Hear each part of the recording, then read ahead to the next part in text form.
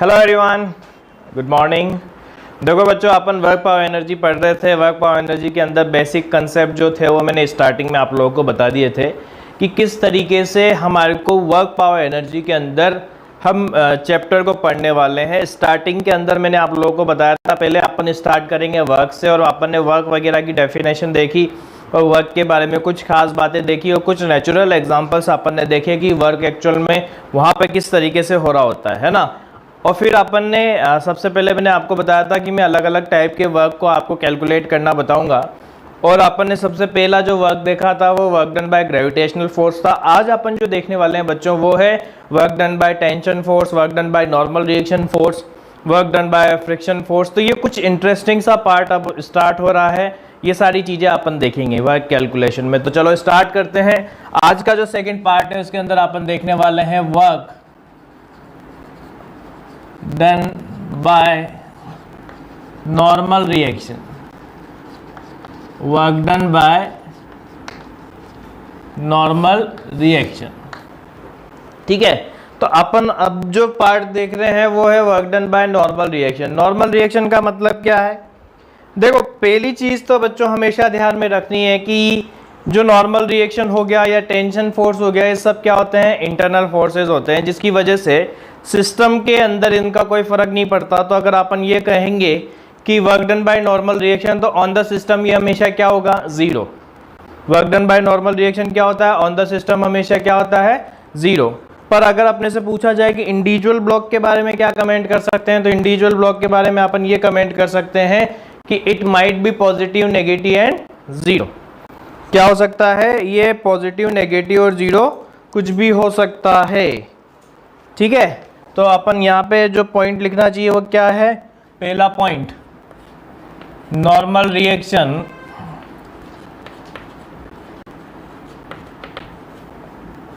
Act as a internal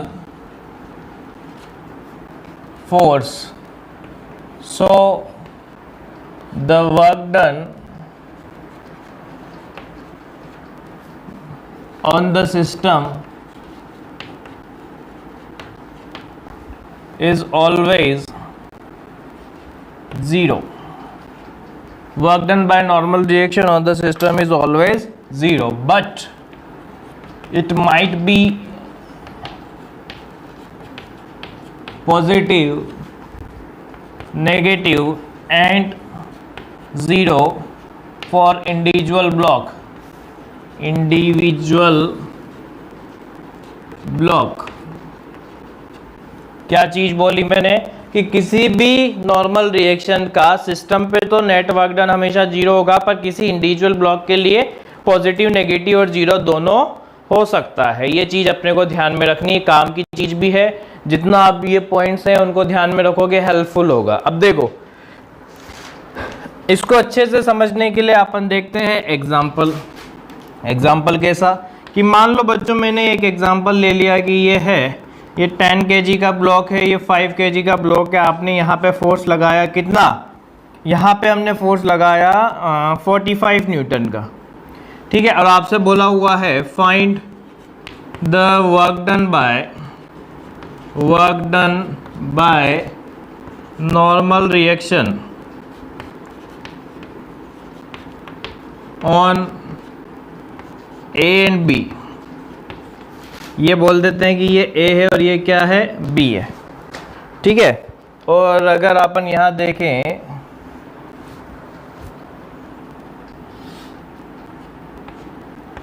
तो ये हो गया। अब देखो, यहां जब अपन सॉल्व करने जाएंगे तो यहां क्या होगा? जैसे मान लो आपने 10 kg का डायग्राम बनाया, तो यहां पे क्या आ गया? 45 न्यूटन, और यहाँ क्या लग रहा होगा? Normal reaction. और अगर आप 5 kg का डायग्राम बनाओगे तो 5 kg वाले को ड्राइव करके लेके जाने वाला क्या है? ये। अच्छा, वर्क डन आपको बताना है इन 5 सेकेंड के ड्यूरेशन के अंदर, है ना। टाइम आपको रखा होगा कि कितने टाइम के अंदर आपको ये सारी चीज़ें बतानी है, तो वो हमारे को दे रखा है कितना? 5 kg का। ठीक है,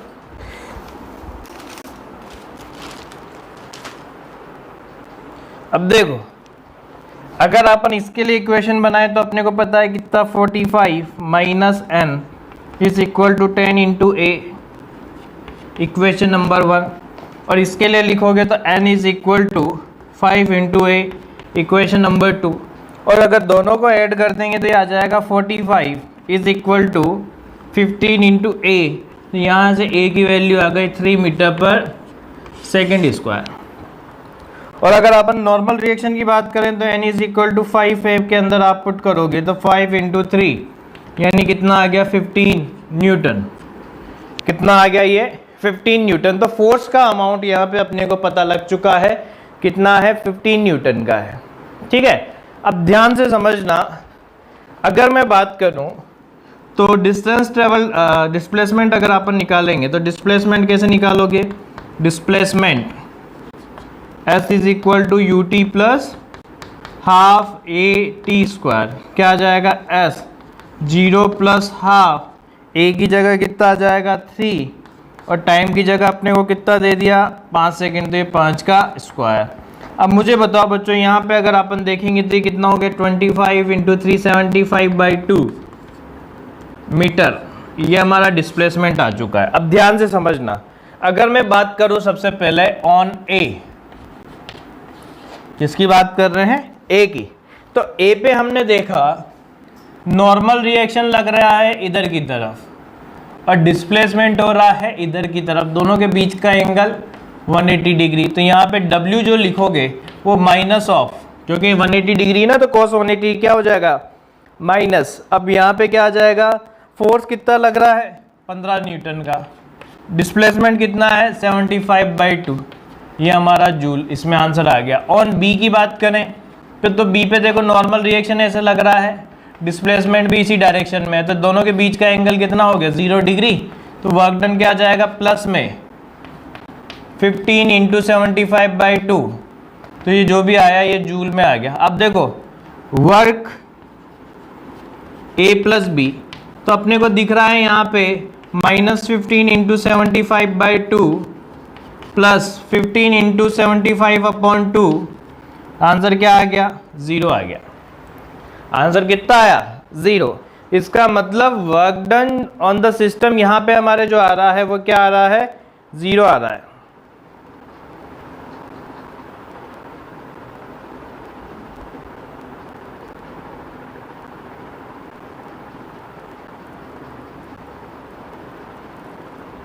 ठीक है,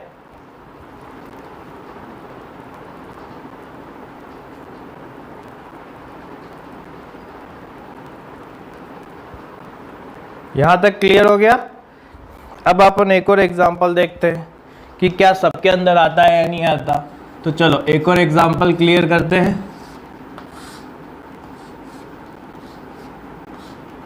ये हो गया 10, ये 5, ये 3, यहाँ फोर्स लग रहा है हमारे 108 न्यूटन का।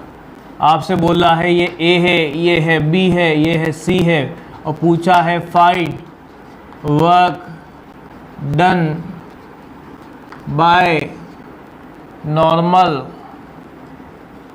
On A B and C in 5 second.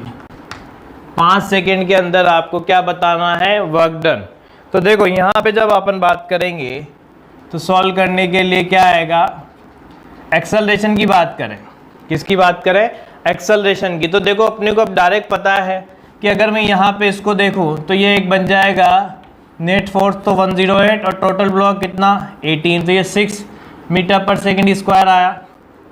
मैंने बताया था ना कि अपन सिस्टम मान के भी इसको सॉल्व कर सकते हैं। अब देखो एक्सेलरेशन जो भी आया, डिस्प्लेसमेंट की बात करो you T plus half A T square, rest से स्टार्ट हुए हैं तो 0 प्लस हाफ ए की जगह कितना आ जाएगा 6 इंटू टी स्क्वायर यानी 5 का स्क्वायर, कितना आ गया, वापस से देखो ये आ गया 75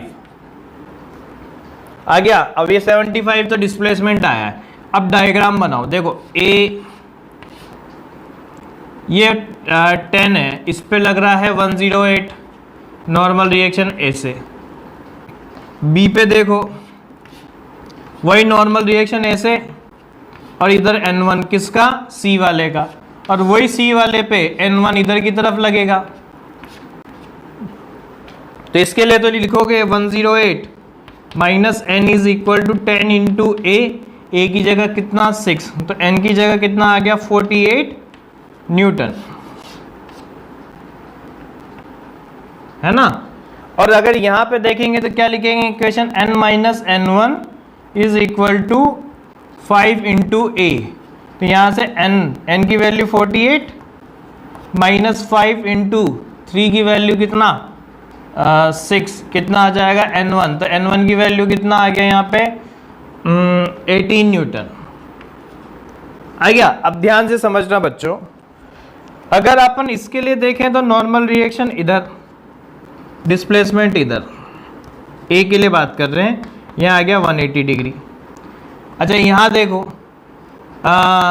अगर अपन कहें N इधर है, इसके पास दो नॉर्मल रिएक्शन है, तो यहाँ क्या लिखोगे, यहाँ तो N और डिस्प्लेसमेंट ऐसे, और दूसरे के लिए डिस्प्लेसमेंट ऐसे और N1 इधर, तो यहाँ तो 180 डिग्री का आएगा और यहाँ पे 0 डिग्री का आएगा। और यहाँ देखोगे तो N1 इधर, डिस्प्लेसमेंट भी इधर, तो यहाँ तो एंगल कितना आ रहा है 0। अब देखो W की बात करें तो कितना आ जाएगा, माइनस में 48 इंटू डिस्प्लेसमेंट कितना 75। इसके पास वर्क डन बाय N तो होगा पॉजिटिव में 48 इंटू 75, और वर्क डन बाय N1 जो होगा वो माइनस में कितना आ जाएगा 18 इंटू 75। N1 की वैल्यू इतनी ही थी ना 18, और इस पे देखोगे तो क्या आ जाएगा, वर्क डन बाय N1 कितना आ जाएगा प्लस में 18 इंटू 75। तो अब आप देख लो, ये तो मल्टीप्लाई करके अपन निकाल सकते हैं, पर ये देखो जब ऑन द सिस्टम की बात करूंगा तो ये दोनों आपस में कैंसिल कर देंगे, ये दोनों आपस में कैंसिल कर देंगे, तो ऑन द सिस्टम क्या आ रहा है, वर्क डन 0, और आना भी चाहिए था। ठीक है, तो इस तरीके से नॉर्मल रिएक्शन का वर्क डन निकालना है बच्चों।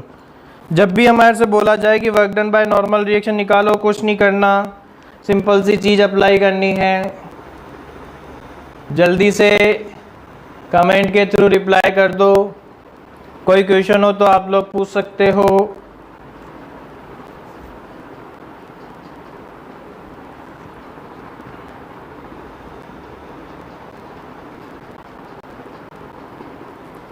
सभी बच्चे कमेंट के थ्रू रिप्लाई करेंगे मुझे। Work done by normal reaction समझ में आ गया। कुछ नहीं करना बच्चों, सबसे पहला काम अपने को जो भी क्वेश्चन दे रखा है उसके अंदर अपन एक्सेलरेशन निकालेंगे, एक्सेलरेशन से डिस्प्लेसमेंट निकालेंगे, इक्वेशन बना के नॉर्मल रिएक्शन निकालेंगे, और ब्लॉक के अंदर अपने को केवल ये चेक करना है कि किस पे नॉर्मल रिएक्शन कितना और किधर लग रहा है। ठीक है, जिसमें हमारा काम हो जाएगा।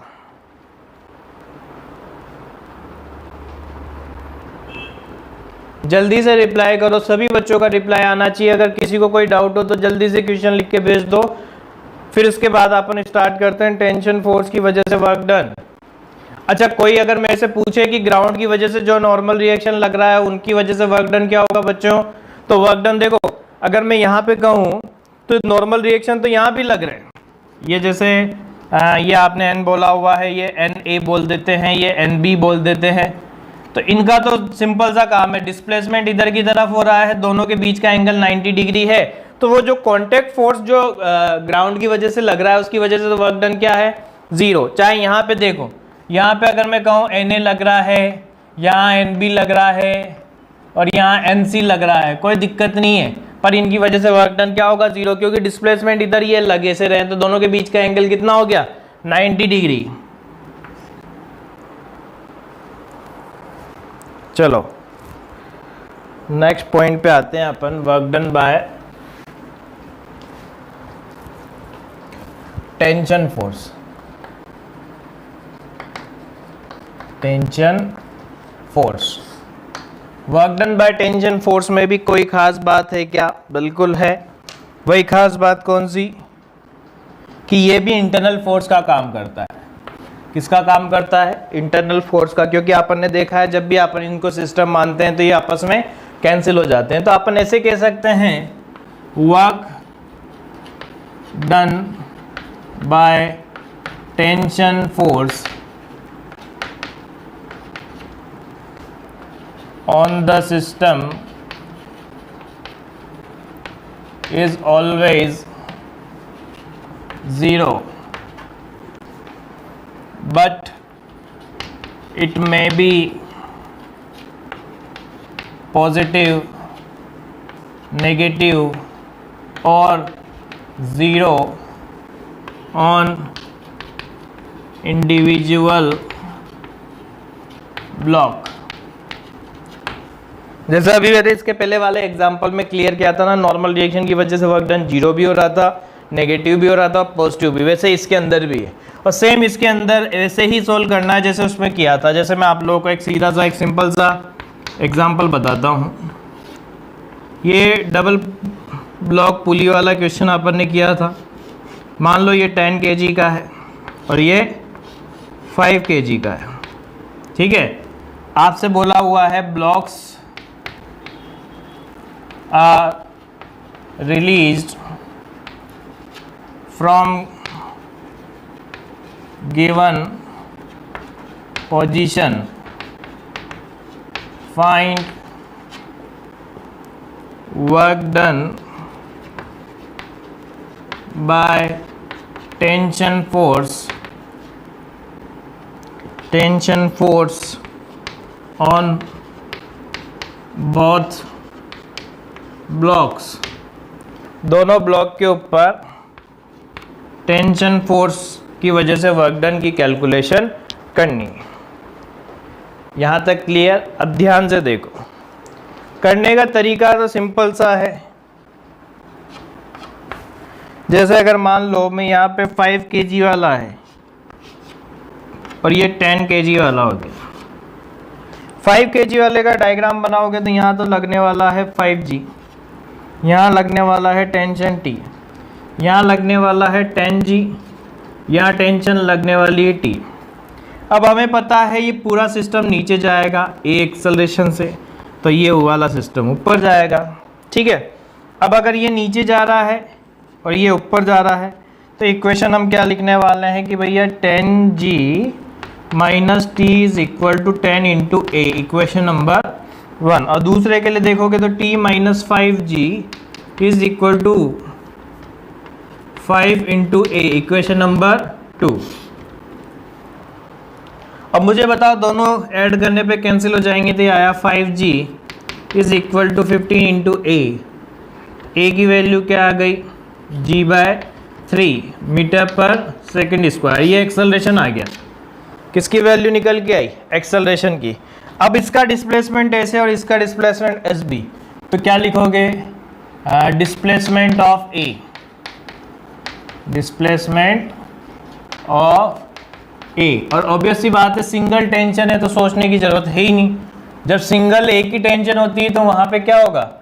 दोनों का डिस्प्लेसमेंट बराबर होगा, तो इक्वेशन क्या लगाओगे? S is equal to U T plus half A T square. अब अपने को टाइम मेंशन नहीं कर रखा है यहाँ पे, उसने कहा है कि बस वर्क डन बता दो, तो वर्क डन है तो टी की फॉर्म में निकालें, तो यहाँ आएगा S is equal to 0, release किया है तो half G/3 into T square. ये तो ए का आ गया, और यही क्या बी का भी आएगा G/6 इंटू टी स्क्वायर। दोनों का डिस्प्लेसमेंट आ गया। अब देखो अगर अपन देखें ए के लिए तो टेंशन ऊपर लग रहा है, डिस्प्लेसमेंट ऊपर की तरफ है, तो यहाँ पे वर्क डन की बात करेंगे तो प्लस में T इंटू एस। अच्छा टेंशन निकालें कैसे? किसी एक इक्वेशन में पुट कर दो, T minus 5G is equal to 5G/3। तो यहाँ से कितना आ गया? 20G/3। तो क्या आ गया? 20G/3 और ये G/6 इंटू टी स्क्वायर, तो क्या आ गया? 20/18 G square T square. B की बात करें तो बी के लिए टेंशन लग रहा है ऊपर, डिस्प्लेसमेंट किधर हो रहा है? नीचे। दोनों के बीच का एंगल 180 डिग्री। तो वर्क डन देखो क्या आ जाएगा? Minus T into S. क्या टेंशन 20/18 20/3 नेगेटिव में लिखेंगे ना, यहाँ माइनस में 20g/3 और ये g/6 इंटू टी स्क्वायर, तो ये आ गया -20/18 g² t²। और work done a plus B की बात करें तो वो कितना आ जाएगा 0। वर्क डन कितना, a प्लस बी की बात करें तो क्या आ जाएगा 0 आ जाएगा। ठीक है। अब देखो एक और एग्जांपल की अपन सोचते हैं सर आप तो ये सिंगल टेंशन का करा रहे हो, अगर चेंज करते तो कर ले चेंज। यहां पे देखो मान लो मैंने ये सिस्टम डिराइव किया, ये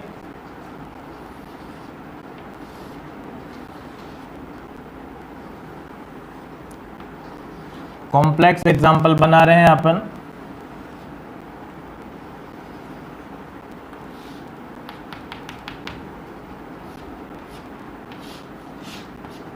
ये 10 kg, ये 5 kg, ठीक है। और आपसे बोला हुआ है find the work done bye T in time T. क्या बोला हुआ है, वर्क डन फाइंड करना है टी टाइम के अंदर। तो भैया सॉल्व करने जाएंगे तो ध्यान से देखें, यहाँ पे 5 kg का ब्लॉक, यहाँ पे टी टेंशन, यहाँ 5g, यहाँ पे कितना नॉर्मल रिएक्शन, कुछ भी बोल दो वो तो कोई दिक्कत है ही नहीं। क्या यही टेंशन टी इधर है तो यहाँ पे भी टी, यहाँ पे भी टी, यहाँ पे भी टी और यहाँ पे भी टी, यानी यहाँ पे 2t और यहाँ भी 2t। तो यहाँ अगर अपन देखेंगे तो यहाँ लगेगा 10g और यहाँ पे लगा 4t।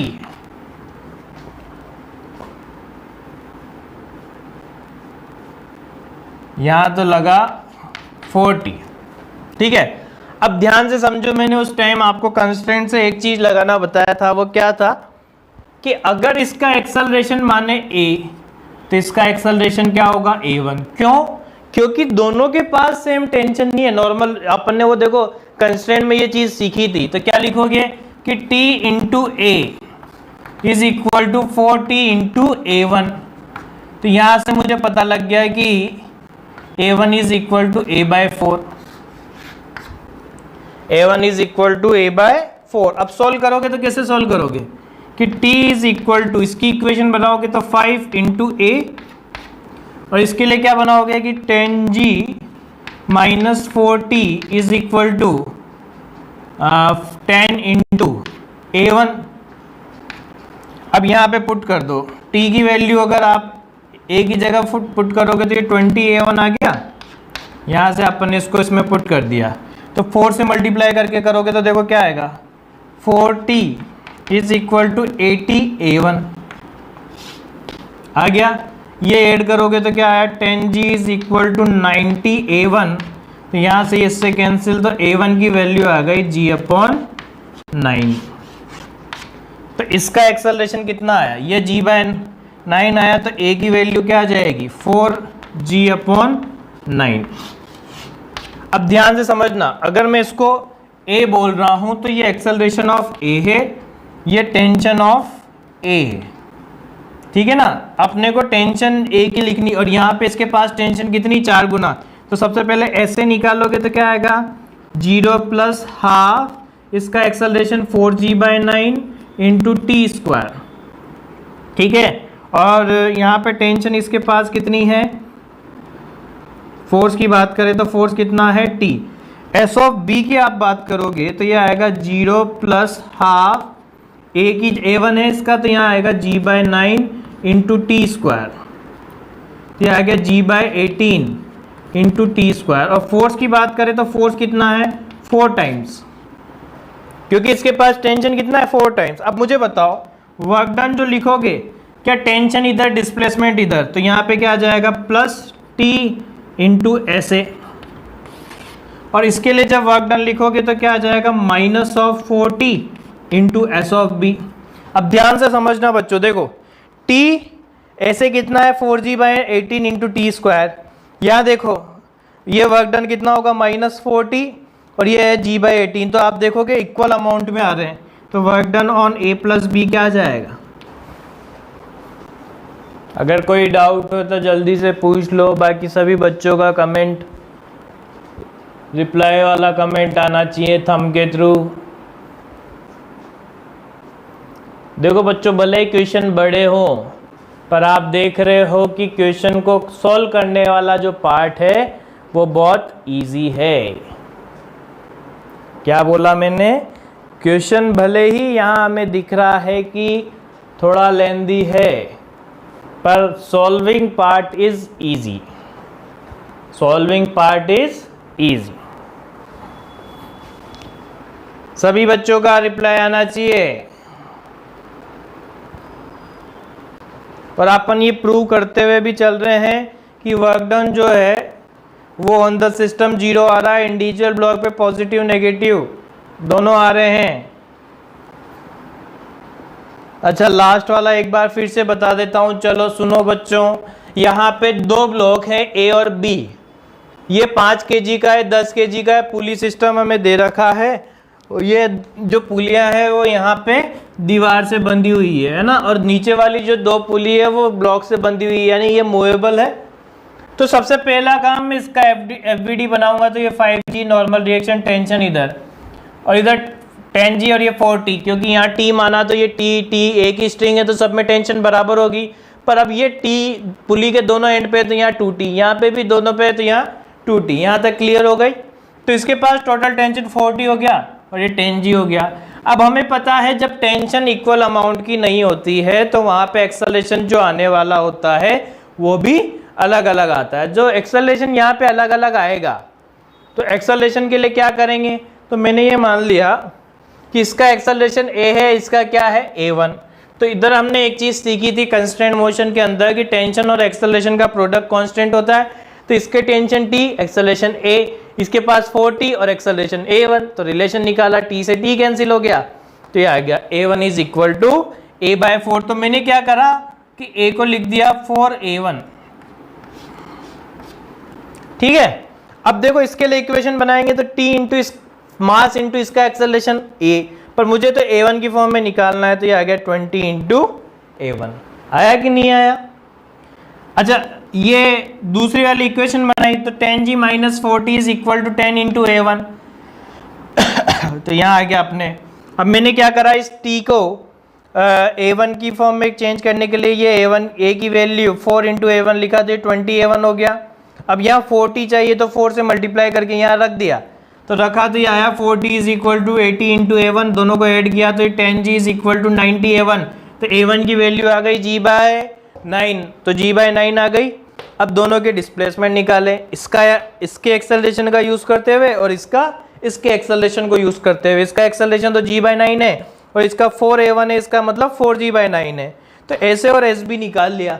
फिर इसके पास मैंने टेंशन देखा T है, पर इसके पास टेंशन 4 टाइम्स ऑफ T है। तो फिर जब हमने देखा वर्क डन, तो इस पे तो पॉजिटिव आ रहा है, उस पे नेगेटिव आ रहा है, पर इक्वल अमाउंट का आ रहा है। तो यहाँ पे नेट वर्क डन क्या हो गया? 0। क्लियर? चलो देखो, नेक्स्ट अपन देख रहे हैं work done by friction.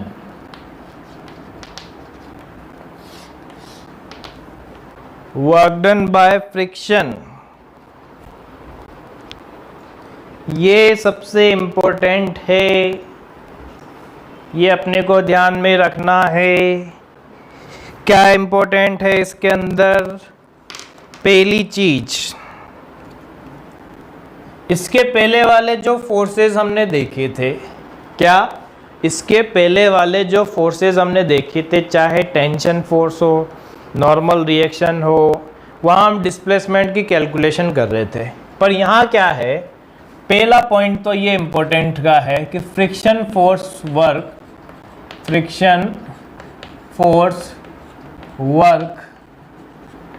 Depends on length of path. Friction force work depends on length of path. Path length पे ये डिपेंड करता है। जिस पे डिपेंड करता है? पाथ लेंथ पे। मतलब इसको कोई लेना देना नहीं है कि इनिशियल और फाइनल पॉइंट के बीच में क्या होने वाला है। जैसे अपन ग्रेविटेशनल फोर्स की बात करते थे तो आप किसी भी फोर्स के थ्रू लेके जाओ, मतलब किसी भी पार्ट के थ्रू लेके जाओ, वहाँ पे क्या होता था कि दोनों हॉरिजॉन्टल लाइन के बीच का जो स्मॉलेस्ट गैप होता था वही देखते थे। यहाँ ऐसा नहीं है। इसको तो क्या मतलब है कि जिस पाथ को फॉलो करते हुए जा रहे हो ना, उस पाथ के अलोंग जो लेंथ आ रही है वो चीज़ आपको लेनी पड़ेगी, ठीक है। दूसरा, work done bye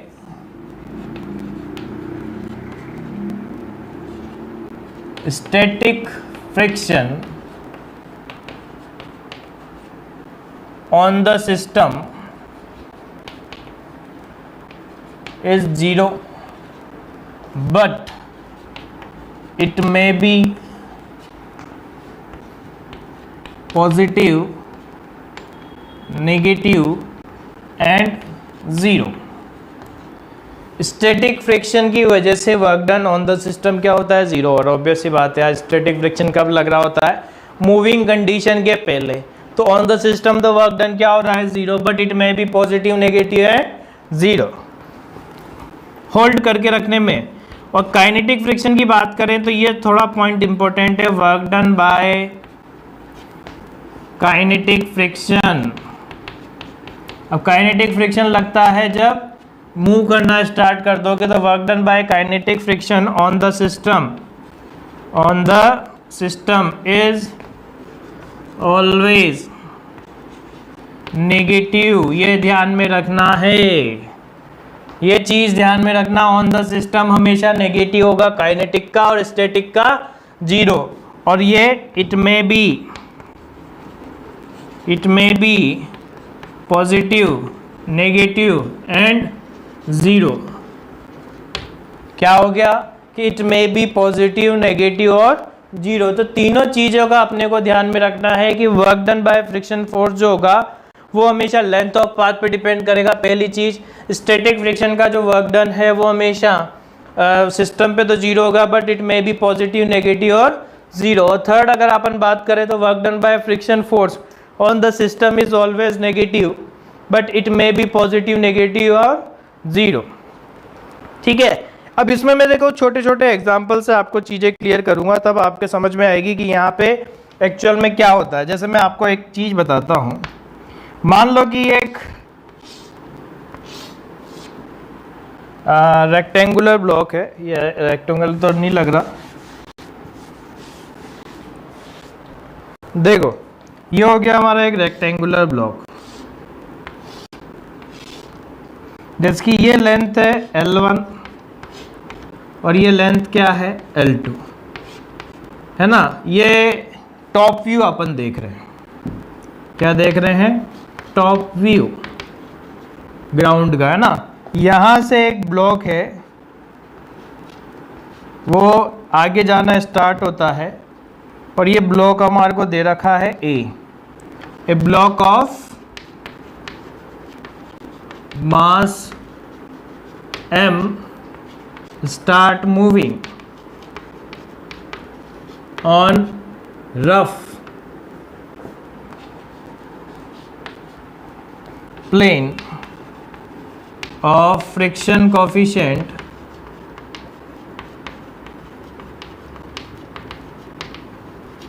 mu as shown, ठीक है। अब ये यहाँ से जाता है, ये P, ये Q, ये R, ये S। आपसे बोला हुआ है find the work done from P to Q, Q to R, R to S और S to P, और plus work done bye P, Q, R, S, work done by P Q R S, और friction coefficient हमारे को दे रखा है mu. अब देखो ध्यान से समझना बच्चों, लेंथ ऑफ पाथ का मतलब क्या है कि जब आप यहाँ पे P से Q की तरफ जा रहे होगे ना, तो हमारी सारी डिपेंडेंसी किस पे है, L1 पे। डिपेंडेंसी किस पे होने वाली है, L1 पे। जैसे मैं सॉल्व करने के लिए एक और चीज़ इसी के अंदर आपको बताता हूँ। जब अपन इसका नॉर्मली देखेंगे तो ये ग्राउंड पे ऐसे रखा हुआ है ब्लॉक और आगे जा रहा है, तो यहाँ mg लग रहा होगा। यहाँ नॉर्मल रिएक्शन लगेगा, और फ्रिक्शन फोर्स जो है वो Fr अपोजिट लगेगा कि नहीं लगेगा, है ना। तो अगर अपन यहाँ कहें तो Fr की वैल्यू जो आने वाली है वो म्यू एन यानी म्यू mg आएगी, है ना। तो जब आप यहाँ पे कहोगे तो work done from P to Q, तो work done from P to Q में समझना, यहाँ A से P से Q की तरफ जा रहे हो तो वेलोसिटी वैसे के वैसे, तो यहाँ क्या लग रहा होगा, फ्रिक्शन इधर, डिस्प्लेसमेंट इधर, यहाँ क्या आ जाएगा minus of mu mg into L1, force into displacement, फिर वर्क डन बाय Q2R क्या आ जाएगा, वापस से वही, फिर minus mu mg into L2, और work done from R to S is equal to minus mu mg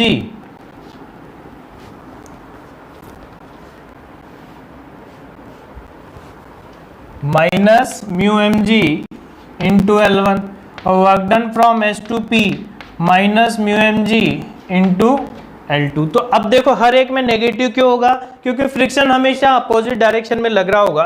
तो work done from P to PQRS क्या लिखोगे, minus mu mg into 2L1 plus L2।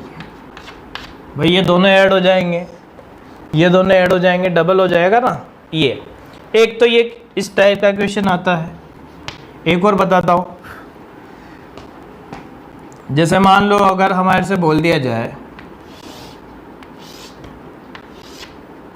कि ये 37 डिग्री है, ठीक है ना, आपको ये हाइट दे रखी है 10 मीटर,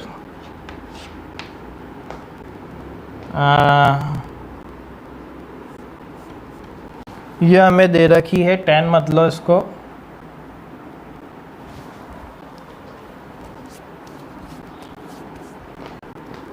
ये हमें दे रखी है 12 मीटर, ठीक है। आपसे बोला हुआ है ये ब्लॉक है m मास का, आपको बोला है कि म्यू एस 0.6 है, म्यू के 0.5 है। आपसे क्या बोला है, a block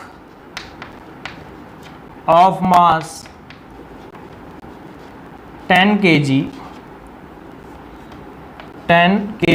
is released 10 kg is released from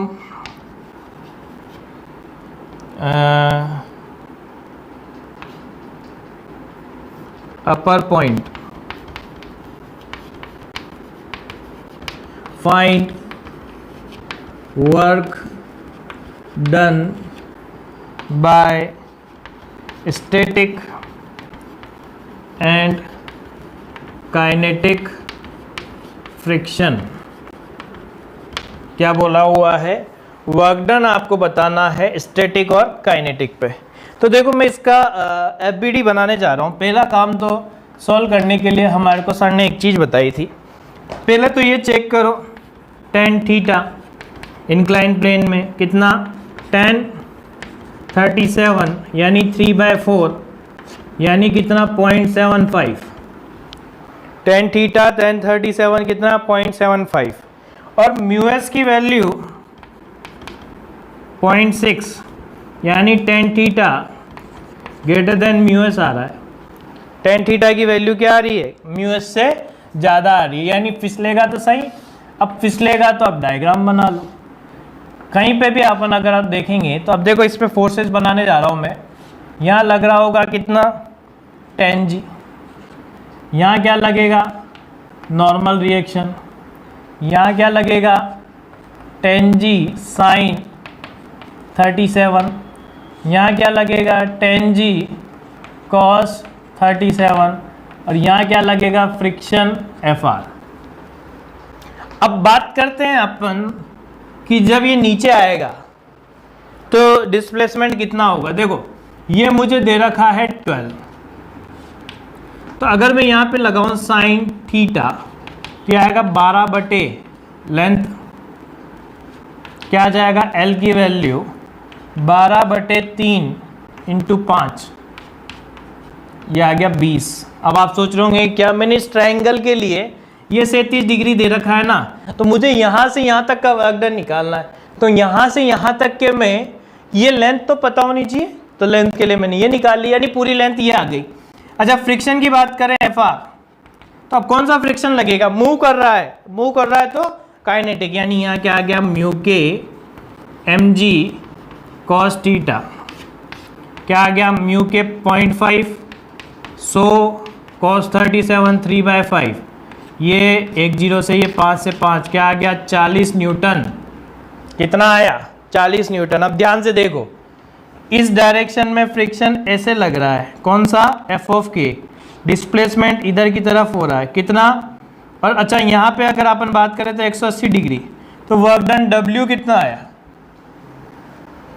work done bye F of के कितना आ जाएगा, माइनस ऑफ 40 तो फोर्स और 20 ये कितना आया -800 जूल।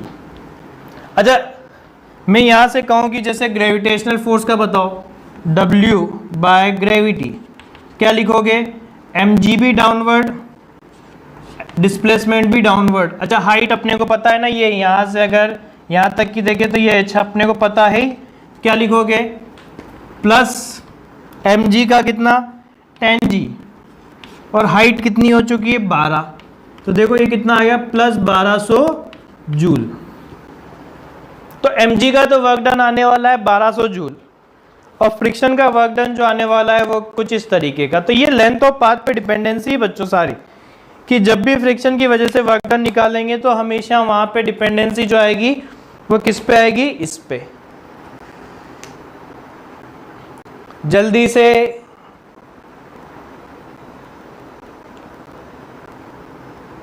किसी बच्चे का कोई क्वेश्चन हो तो वो पूछ सकता है।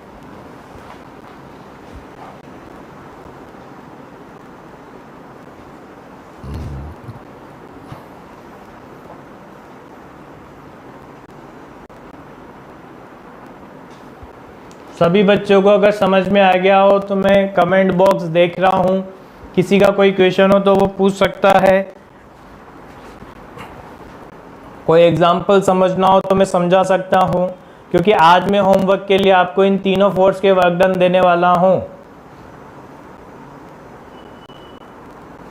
और देखो मैं वीडियो के अंदर अब सभी बच्चों के नाम लेके नहीं बताना चाहता, बाकी कुछ बच्चे हैं जो होमवर्क नहीं भेज रहे हैं, और अगर मैं अब नाम लेने लग गया या फिर कॉल करने लग गया तो आप लोगों को ही बेइज्जती फील होगी। इसलिए जो बच्चे होमवर्क नहीं भेज रहे हैं, मैं बार बार आप सभी से कह रहा हूँ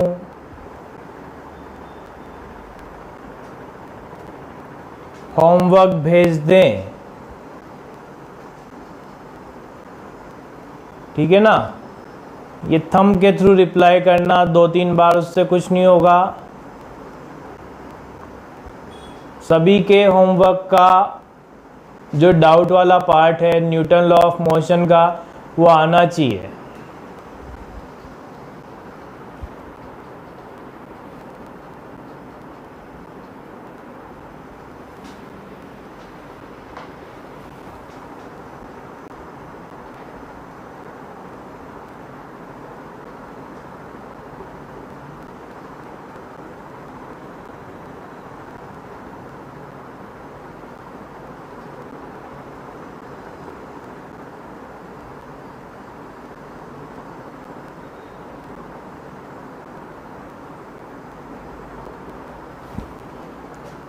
सभी बच्चों को क्लियर है ये? सबका रिप्लाई आ गया? कोई ऐसा स्टूडेंट जिसको समझ में नहीं आया हो, सभी का रिप्लाई आना चाहिए, या फिर कोई क्वेश्चन हो तो पूछ लो।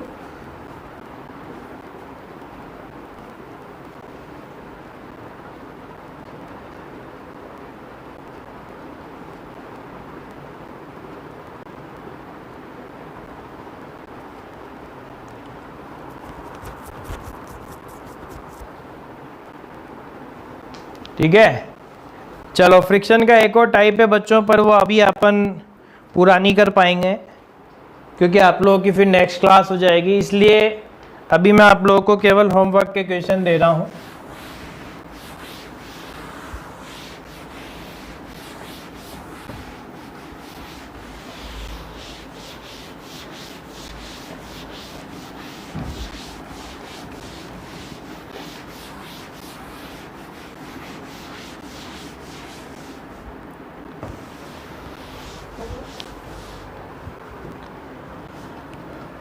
Question number 1,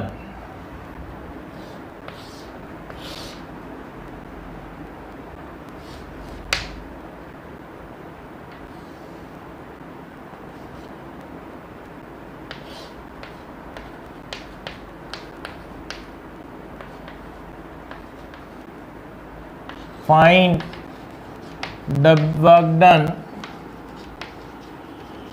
by normal reaction in 5 seconds.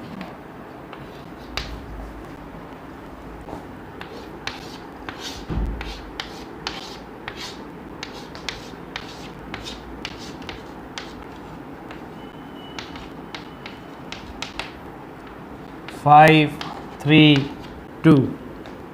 Find work done by tension in 4 seconds. ठीक है, next.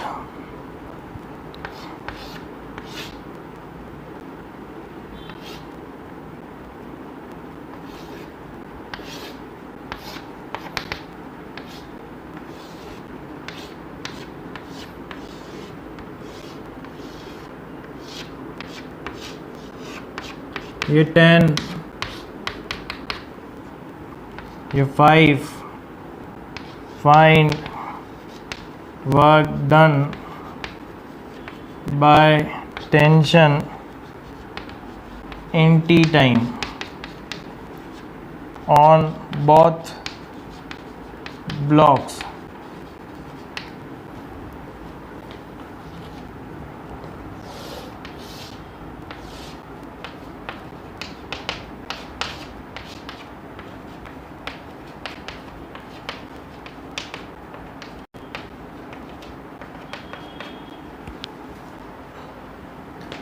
Find work done by gravity and friction till it stop. जब ये जा जाके रुकेगा वहाँ तक। ठीक है, नेक्स्ट।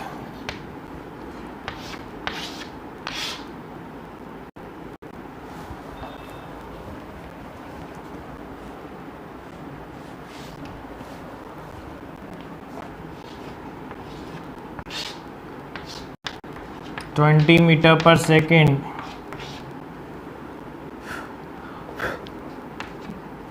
ये 2 kg, म्यू एस 0.4, म्यू के 0.3। Find work done by friction. ये क्वेश्चन है जो आप लोगों को सॉल्व करके भेज दें। ठीक है, तो चलो ये क्वेश्चन आप लोग सॉल्व करके भेजोगे। सभी बच्चों का आंसर आना चाहिए, ग्रुप के अंदर ही मुझे रिप्लाई करें और सभी का होमवर्क का आंसर आना चाहिए। ठीक है, चलो